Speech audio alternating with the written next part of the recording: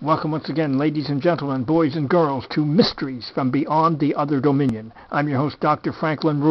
Now, the radioactive voles of Russia. Roll tape. Time now to go to Russia and investigate the SuperVoles. But first, the question for you, the trivia question of the day. Let me extricate here from its paper prison. What type of an animal is a vole? And that's, for the record, spelled V-O-L-E. What is it? And this is multiple choice. A lizard, B, a rodent, or C, a wolf. Now the prize, the only prize is one pat on the back that you'll have to administer to yourself, if and only if you get the correct answer. And please, please don't call us. We don't have any operators to take your calls, and if we did, we still could not afford prices. I'll take a sip of water and be back momentarily with the correct answer.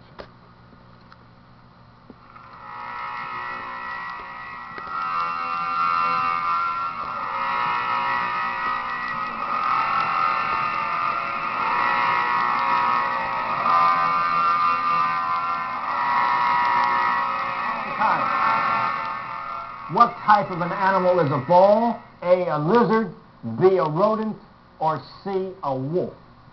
And it turns out it's B, a rodent. And here we have a little vole for you to look at, sort of a large field mouse or a rat. And the ones at Chernobyl, though, are much larger than other voles, and they're radioactive, and they feast on radioactive material. Now, when the Chernobyl tragedy took place, we received a number of reports from Russian scientists that many mutations were seen in the area. In one case, a horse with 8 legs. In other cases, various two-headed animals, such as cats, dogs, and a bull. There's a case of a cow that would not give milk and simply ran around in a circle all day.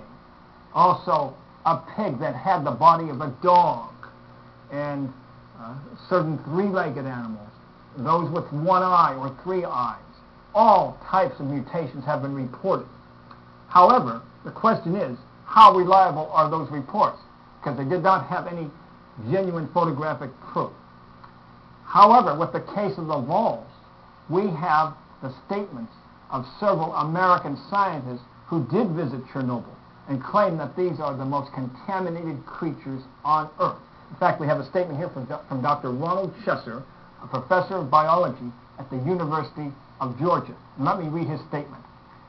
These are the most contaminated animals I've seen anywhere. That's the SuperVoles. And I might point out that they're not just radioactive, but are feasting on toxic material and doing quite nicely. So this is at least one proof of a mutation. Possibly the others I mentioned are accurate, we just don't know. Now, you might ask, is there any site like that in America?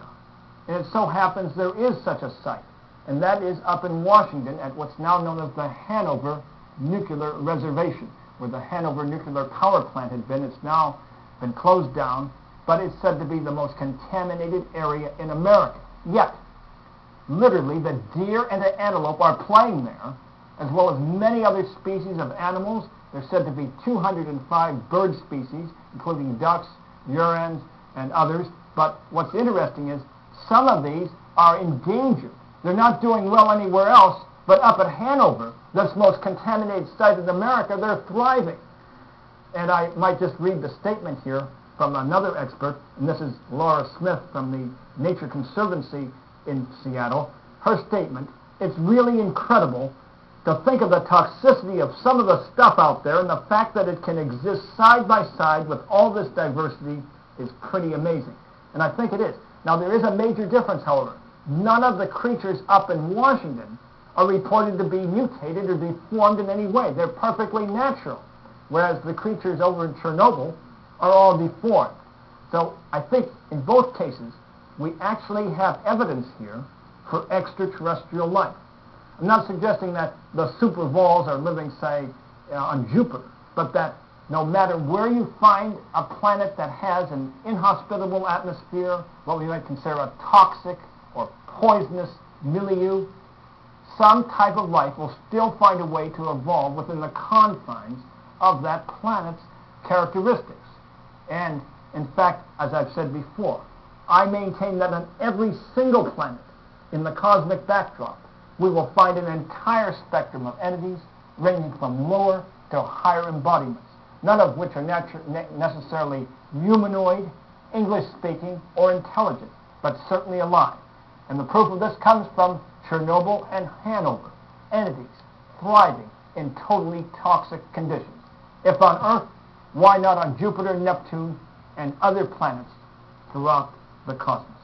Yes. Now until next time, may the power of the cosmos be with you. Yes. Yes. Yes.